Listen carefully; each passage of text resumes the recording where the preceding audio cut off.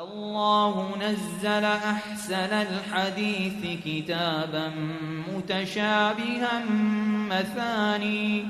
مثاني تقشعر منه جلود الذين يخشون ربهم ثم تلين جلودهم وقلوبهم إلى ذكر الله ذلك هدى الله يهدي به من يشاء ومن يضلل الله فما له من هاد. الحمد لله رب العالمين والعاقبة للمتقين والصلاة والسلام على سيد الأنبياء والمرسلين محمد وآله وصحبه اجمعین. ډیرو قدرمنو مشرانو، ځوانانو، خویندو، میندو او د پیغام د ټي وي اوریدونکو مشاهدینو، السلام علیکم ورحمة الله وبرکاته. نن زمونږ او ستاسو د دې حلقې موضوع ده مراتب د دین، او مراتب د دین هغه درې دي. یو مرتبه ده الاسلام، او دویمه مرتبه ده الایمان، او دریمه مرتبه ده الاحسان. په تیره حلقه کې مونږه د الاسلام معنا وکړه او د هغې ارکان هم اجمالا ذکر کړه. په دې حلقه کې به د ایمان او د هغې د ارکانو بیان وي، او ورسره د درېیمې مرتبې ذکر چې هغه احسان دی. ایمان دا وایسته، ایمان په لغت کې ویل کیږي تصدیق او باور ته، او په اصطلاح کې او یا په بل تعبیر په شریعت کې ایمان د درې خبرو نوم دی. لکه څنګه چې اسلام د درې خبرو نوم و، دغسې ایمانم د درې خبرو نوم دی چې دا درې خبرې درکې راغلې ته مؤمن یې، او دا درې خبرو ته وایي ایمان. کومې خبرې دي؟ هغه خبره دا ده چې ایمان هغه ته وایي الاقرار باللسان، په ژبه باندې اقرار کول، گفتار کول، نطق کول، وتصدیقا بالجنان، او په دې زړه باندې عقیده ساتل، تصدیق کول، باور کول، یقین کول. او درېیمه خبره والعمل بالارکان، او د دې په ارکانو باندې عمل کول. دا د ایمان تعریف دی علماء کړی. بعضې علما هغوی د ایمان او د اسلام تعبیر داسې کوي چې ایمان او اسلام دا لازم او ملزوم دي. داسې مثال لري لکه د انسان یو مخ دی بلې شا ده، نو د انسان دپاره مخ هم لازمي دی، شام لازمي ده، دا دواړه لازم ملزوم. او بعضې علما داسې یو قاعده ذکر کوي: اذا اجتمعا تفرقا واذا تفرقا اجتمعا. کله چې د ایمان او د اسلام ذکر یو ځای وشي بیا به د دې یو فرق وي، او کله چې جدا ذکر شي، کله ایمان ذکر شي، نو مراد به ترې اسلام هم وي، او کله چې اسلام ذکر شي نو بیا به مراد ترې ایمان وي. یا په بل تعبیر اسلام او ایمان هغه دا فرق لري چې ایمان باطنی صفتونو ته وایي معنوي او اسلام ظاهري هغه صفتونو ته اسلام وایي باطنی صفتونو ته ایمان وایي دې مطلب دا راوځي چې انسان او مسلمان خصوصا چې د الله سبحانه و تعالی ظاهریم تابعدار وي باطنیم تابعدار وي نو دا مؤمن هم دی دا مسلمان هم دی نو پاتې شو دا خبره چې کم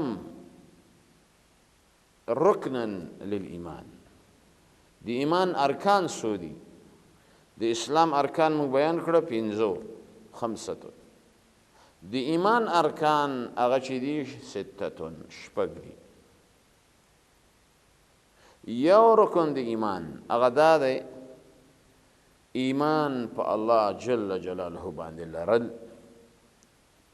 ایمان د الله سبحانه و تعالی په ملائکو باندې لرل ایمان د الله سبحانه و تعالی په کتابونو باندې لرل ایمان په ورځ د آخرت باندې لرل ایمان په تقدیر باندې چې خیره و شره خیر او شر دا دواړه د الله سبحانه و تعالی د طرفه دي او دام په حدیث د جبریل کې ذکر شوی اوږد حدیث دی د جبریل هغه حدیث چې روایت کړی په صحیحینو کې امام بخاری رحمه الله دارنګه امام مسلم رحمه الله سنن اربعه کاغه سنن ابي داود دی که سنن ترمذی دی که سنن ابن ماجه دی او په نورو اهمو امهات الكتب دی احادیثو کې دا موجود دی خو په مختلفو روایاتو الفاظو او طریقو سره راوی دی عمر رضی الله تعالی عنہ دی هغه وایي چې مونږه بينما نحن جلوس عند النبي صلى الله عليه وسلم ذات يوم مون صحابه کرام د الله د نبی په خوا کې یو ورځ ناستو د الله نبی مشران صحابه د عمر رضی الله تعالی عنہ په شمول د غسر ناستو په دې وخت کې واذ طلع علينا رجل شدید بیاض الثياب ویو تن راغی چې تکې سپینې جامې وي شدید سواد شعر او د سر ویښتیم او تک تورو درېمه خبره ده چې لا یرى علیه اثر السفر د دې انسان په دې بدن باندې د سفر علامات هم نه ښکاري کېدي ځکه څوک د سفر نه لاړ شي ګرد غبار ستړی ستومانه دا علامې پې وي دا هم نه پې ښکاره کېده بل دا چې ولا یعرفه منا احد هیچا زموږ نه دا کس نه پېژانده چې دا څوک دی حتی جلس الى النبي صلی الله علیه وسلم تر دې د الله د نبی مخامخ خوا کې کېناسته فاسند رکبتيه الى رکبتيه ووضع كفيه على فخذيه او خپل زنګنونه دغه د زنګنو سره ولګول او خپل لاسونه په خپلو زنګنونو باندې کېښوست په داسې هیئت کېناسته محدثین وایي لکه یو شاګرد چې د استاذ په مخ کې دغسې د تشهد په شکل چې کېني نو په دې وخت کې ورته ویل یا محمد اخبرني عن الاسلام هغه ورته ویل الاسلام ان تشهد ان لا اله الا الله وان محمد رسول الله وان تقيم الصلاه وتؤتي الزكاه وتصوم رمضان وتحج البيت الله الحرام دا ذکر ورته وکړه بیا هغه ورته وایي چې صدقته. عمر رضی الله عنه وایي موږ حیران پاتې شو، عجبنا له یسأله ویصدقه، سوالم کوي او بیا تصدیق هم کوي. وایي بیا ورته ویل چې اخبرني عن الایمان، ما له ایمان وخی، ایمان څه ته وایي، څه شی دی؟ فاخبرني عن الایمان. نو وایي د الله نبي ورته ویل چې الایمان ان تؤمن بالله وملائكته وكتبه ورسله واليوم الآخر وتؤمن بالقدر خيره وشره. ایمان دا دی چې ته باور وکړې، تصدیق وکړې، گواهي وکړې په الله باندې چې الله یو دی، شریک نه دی، موجود دی، حاضر او ناظر دی، ما ګوري ما ویني. او داغه په ملائکو دی ایمان وي. ملائکه د الله نورانی مخلوق دی، دا د نور نه پیدا شوي دي، نه توالد لري نه تناسل لري. سمانا نه د نسوک پیدا کیږي او نه اولاد لري او نه نکاحونه کوي او نه خوراک کوي نه سکا کوي. هغه داسې مخلوق دی او په عبادت کې مشغولي. او د دې نه لوی ملائکه یو جبریل دی، بل میکائیل دی، بل اسرافیل دی، بل ملک الموت دی. اسرائیل په روایتو کې کمزور دی، هغه نوم نه دی ملک الموت قرآن او حدیث کې. او جبرائیل خو هغه ملائکه ده چې وحی باندې مکلفه ده، انبیاء ته راوړي. او میکائیل هغه ملائکه دی چې په دې ارزاقو او په دې وریزو په دې باندې الله موظفه کړي. اسرافیل هغه ملائک دی چې هغه په شپېلي کې پوکی کوي، څوک وایي 3 پوکي کوي، څوک وایي 2 پوکي دي. په یو پوکی سره ټول عالم هغه ایسته ختم شي، پناه شي. په بل پوکي سره ټول هغه مړي او وحوش طیور مخلوق را ژوندي شي. هغه وایي ناست دی دې شپېلۍ ته حاضر و آمده. او ملک الموت هغه ملائک دی چې هغه د خلکو روحونه دي. او که ته وایې په یو سیکنډ کې په دې دنیا کې خو په زرګونو په لکونو انسانانو وحی اخلي او ملک الموت یو تن دی، دا څنګه؟ نو علما وایي چې ملک الموت د یو ملائکه ده، هغه اعوان لري، نور پرسونل دی د هغه د ملائکهو. نو دی مشره ده او دی رئیسه ده د ملائکهو. نو په دې باندې ایمان لرل. او دا ملائکه چې دی اولی اجنحه دا وزرې لري، او دا د الله ډېر عظیم او لوی مخلوق دی. دا هغه ملائکه دي لا یعصون الله ما امرهم ويفعلون ما یؤمرون. الله سبحانه وتعالی چې څه دوی ته وایي هغه کوي. لا یعصون الله، چرې نافرماني نه کوي د الله. ويفعلون ما یؤمرون، دا هغه ملائکه دي. او د الله جل جلاله په کتابونو ایمان لرل چې هغه 4 کتابونه دي: تورات، انجیل، زبور، قرآن کریم او 100 صحیفې چې دا د الله د طرفه راغلي دي. او په دې کې تعلیمات دي، په دې کې مأمورات دي، په دې کې منهیات دي، په دې کې پورا ضابطه د ژوند د انسانانو انبیاء علیهم السلام باندې راځي شي. مشهور 104 کتابونه او صحیفې. او دارنګه د الله سبحانه وتعالی په انبیاء باندې ایمان لرل چې دا الله را لېږلي دي 1,24,000 انبیاء علیهم السلام، چې څه پکې رسولان دي او نور انبیاء دي. تقریبا 20 انبیاء او ذکر صراحت په قرآن کریم کې راغلی. بعضې وایي چې 25 انبیاء او نور په احادیثو کې اجمالی ذکر دي. منهم من قصصنا علیک بعضې هغه دي چې ما په تاسو باندې د هغې بیان کړی او بعضې هغه دي چې ما د هغې بیان نه ده کړی خو احادیثو کې په اجمالي طریقې سره د هغو ذکر دی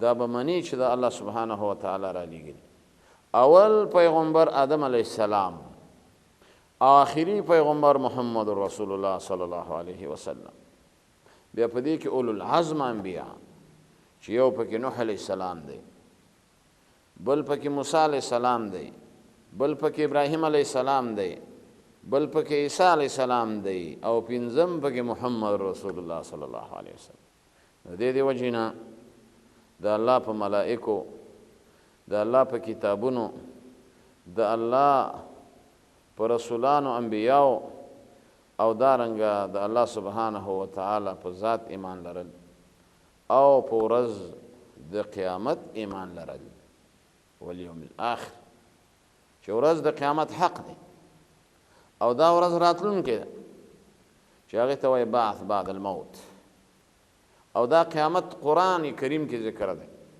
زمونږ مشایخو به دا قرآن کریم هغه به څلور پنځو حصو ته تقسیم کړه یوه حصه د قرآن کریم د قیامت بحث کوي اثبات د یوم القیامه شیخ عبدالسلام رحمت الله علیه هغه به په دوره تفسیر کې دا خبره مونږ ته کوله او په خپل مؤلفاتو کې هم لیکلي چې د قیامت اووه دېرش نومونه دي قرآن کریم کې کله وایي الحاقة ما الحاقة کله وایي اذا وقعت الواقعة کله وایي یوم الخروج یوم الفزع الأکبر کله وایي الساعة دا ټول د قیامت نومونه دي یوم الآزفة یوم القیامة دا قیامت حق دی دا راتلونکی دی په دې ورځ به الله ته پیشي کیږي په دې باندې ایمان لرل او بل هغه ایمان لرل چې شپږم ان تؤمن بالقدر په دې کې تقدیر مستقل ذکر کړ چې ایمان راوړې په تقدیر خیره و شره چې خیر او شر دا دواړه د الله د طرفه دي الله مالک د خیرم دی د شرم دی الله خالق د خیرم دی د شرم دی خیرم پیدا کړی شرم پیدا کړی خوشحالی هم پیدا کړی مصیبت هم پیدا کړی وسعت هم پیدا کړی ذقت هم پیدا کړی عزت هم پیدا کړی ذلت هم پیدا کړی خدایات ساتي چې الله سبحانه وتعالی د دې شر پیدا کوونکی دی د ګناهونو پیدا کوونکی دی د حرامو پیدا کوونکی دی د ډېرو داسې شیزونو پیدا کوونکی دی خو کسب کوونکی عمل کوونکی هغه بنده دی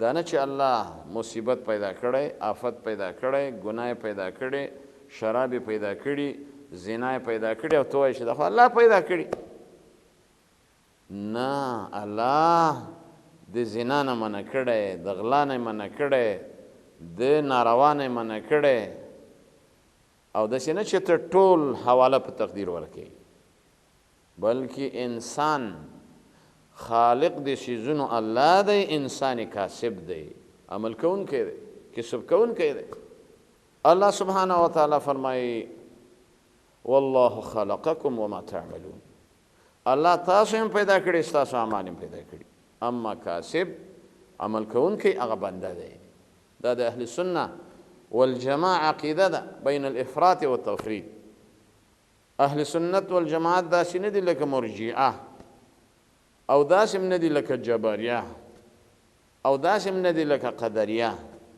او داسې نه دي لکه معتزله بلکې انسان مجبور نه دی لکه جبریه چې وایي او انسان اغام داسې نه دی چې محمل دی مکلف دی محسوب دی مسئول دی اسی په اختیار کې دی قیزه په لاس کې دی ځینې باندې سور دی اوس د ده خوښه چې زغلی که نه زغلی تیز زغلی ورو زغلی او چټک زغلی نو اوس که دی د اس نه لویږي نو په خپل اختیار به لویږي.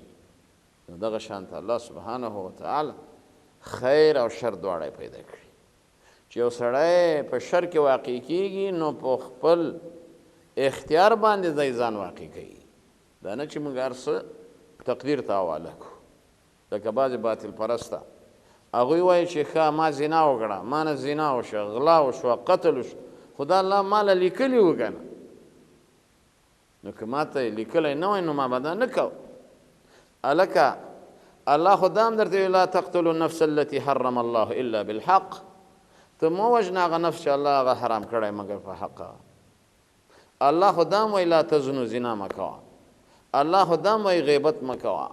الله خو دا هم وایي ظلم مه کوه. او تا ته اختیار هم در کړی، عقل هم در کړی، دواړه لارې در ښودلي او هدیناه النجدین، ښه لاره هم در ښودلې او ورانه لاره هم در ښودلې.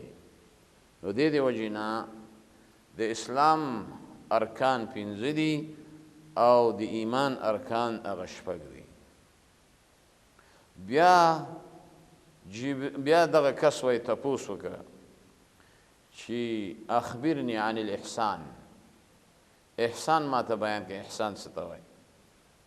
هغه ورته ویل احسان هغه دې ته وایي ان تعبد الله کأنک تراه فإن لم تكن تراه فإنه يراك.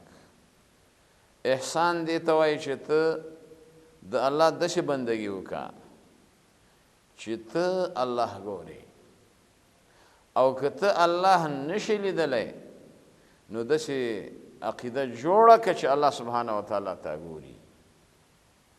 تقلبک فی الساجدین، الله هغه داسې ذات دی چې ستا اوړېدل راوړېدل په سجده کوونکو کې. د دې وجې نه قدرمنو مسلمانانو د اسلام د ایمان د احسان پیژندګلوي وکړئ، ویې پیژنئ. او د احسان دقه یو رکن دی، ان تعبد الله کأنک تراه فإن لم تكن تراه فإنه يراك.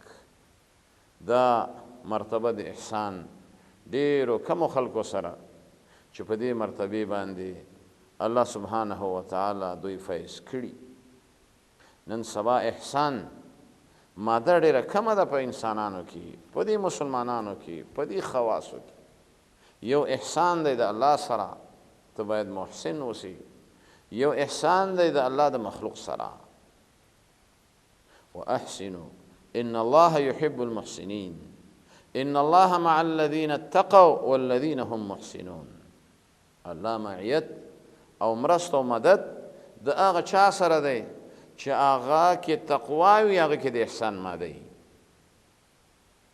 د دې وجې نه قدرمنو په نن حلقه کې او په دې درس کې مونږ او تاسو 3 خبرې وپېژندلې چې اسلام او دویم ایمان او دریم احسان او د اسلام 5 ارکان دي او د اسلام د ایمان 6 ارکان دي او د احسان هغه یو رکن دی.